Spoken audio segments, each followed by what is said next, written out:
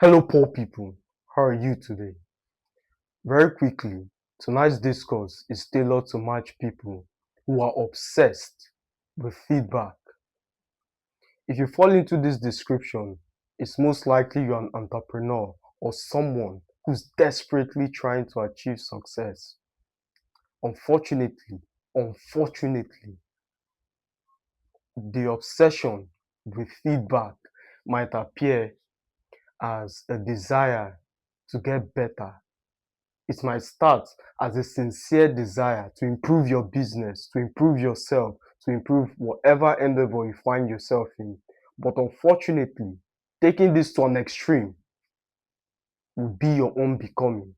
As I've said in previous videos, anything taken to an extreme becomes disadvantageous. Sugar sweetens your tea. It also engenders diabetes. Very recently, I was in a conference, and once it was over, I rushed to meet one of the investors and I said to him, I don't need to rewatch that video to understand the pitch was perfect. I said every single thing right. The facts was okay. I did my homework to present that investment. Why did you decline? I'll never forget what he said to me. Well, you see, I just didn't want to invest. And some of you in the audience who understand what this means are already smiling because it's a venture capitalist way of saying I've exhausted my coffers without losing face. But something more interesting, which is the emphasis of tonight's discourse, had he given me any kind of feedback, I would have gone to correct it. You see, this is dangerous because feedback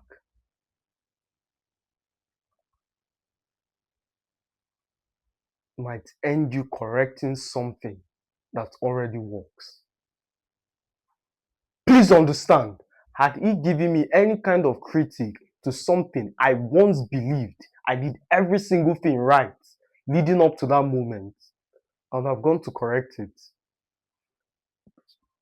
So you must be very careful with feedback. Peter leaving the sea before the arrival of Jesus would have cost him a lot. So sometimes the boat might be correct, the fish might be correct, you might be even in the right environment, but you will not catch fish. Sometimes all you need is a miracle, and miracle do happens. There is nobody I've met in business, there's nobody, including myself, there is nobody on this journey of success or entrepreneurship who hasn't experienced some kind of miracle. In fact, this is a very interesting point that just came out from the top of my head. That's all manifestation is all about. Basically, using your mind to create events, to produce an outcome that is incomprehensible to the natural man. So manifestation creates events that would be impossible to do mechanically. For instance, the right idea, the right person, the right investment, or finances routed through a way that is inconceivable.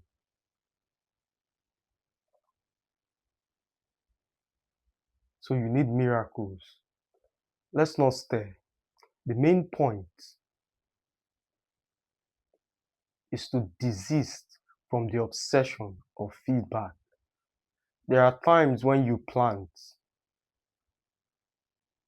and 9 times out of 10, you expect the bumper harvest, but the wind or pests might decide to defeat your efforts. It's not because you're not diligent or you're not faithful in your practice, but life happens. There are times where it just doesn't work.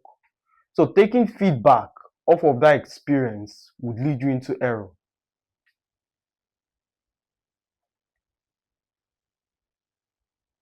A critical example, like I just devised, had that man given me feedback, I would have gone up to change something that already works. So sometimes what you need to do is to persist, remain in the field of endeavor, stay there long enough till the result happens. So let me balance this out. Again, I'm not trying to sell the narrative. Feedback is not needed or you should not take feedback. No, feedback is one of the ways to grow your business or to grow in general. If something is not working, changing of the practice is a different discourse in and of itself, but changing of the tactics to produce that same outcome is relevant. While there are times, I'm speaking from an exceptional standpoint, exception, while there are times where it is fair to change. Let me give you an example. The creator of the light bulb was cited to have 10,000 failures. So step one, you join those wires, it doesn't work. You try another step. But one thing you do not do is to change the goal. Also, trying to adopt a consistent principle in that concept would be your unbecoming. You're wasting time. If something blows up, you change your tactics. If something blows up, you change your tactics. Another definition of insanity is doing the same thing over and over and expecting a different outcome. If something blows up, you change. Had that man sat down in his arrogance, foolishly believing a consistent approach would somehow change the reality, he would have been surprised. I need to say this. I need to balance the equation because most of you would leave here tonight and take the lazy approach of consistently doing without feedback so you can point fingers and say, yeah, I tried this, yeah, I did this and it didn't work, so therefore it doesn't work. And that's the situation for most people. Most people do not want to succeed. Most people do not want the result. They just want the badge of trying and it didn't work.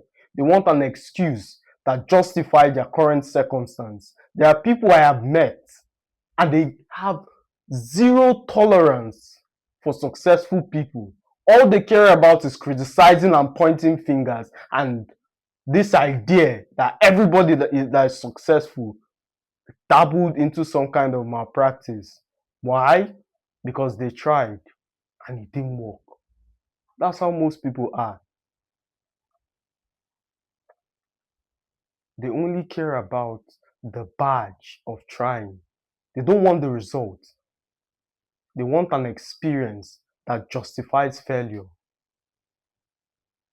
Whenever I meet people who are subsistent in living but have a semblance of result in a particular aspect, I know who I'm dealing with. These are people who have tried to do something, then failed. Their goal becomes to discourage anybody on that path. Look, what are you trying to do? I've done it before. It didn't work. Don't waste your time. And because they made some progress in that endeavor, let's take speaking, for instance, or ministry. This is something everybody can relate to. Ministry. So you're an upcoming minister of the Lord, and some frustrated man says, okay, so what phase in your life are you in? This. Let me make it clear. This is what is going to happen next.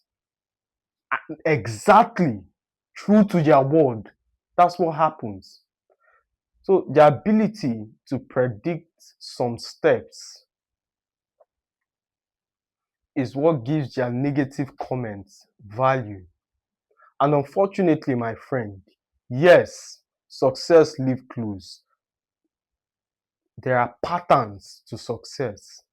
Every single person in the Bible is a pathway to an outcome. The same thing with successful men. They are pathway. That's why they say success leaves clues. Because success is a pattern. And once you follow that pattern, you're most likely to encounter similar problems. So their prediction is not wrong. They walk that path. The difference between you and them is they give up. They give up too soon. They give up too soon. And as a consequence, they are trying to make you do the same. So that person is not wrong in his prediction. He's not wrong in predicting the next step. He's only wrong in saying it doesn't work. So be very measured in your approach with feedback. Sometimes the biggest threat to your progress isn't criticism, but giving every single person's opinion equal weight. And as always, my friend, it's a pleasure speaking to you. I'll see you in the next one.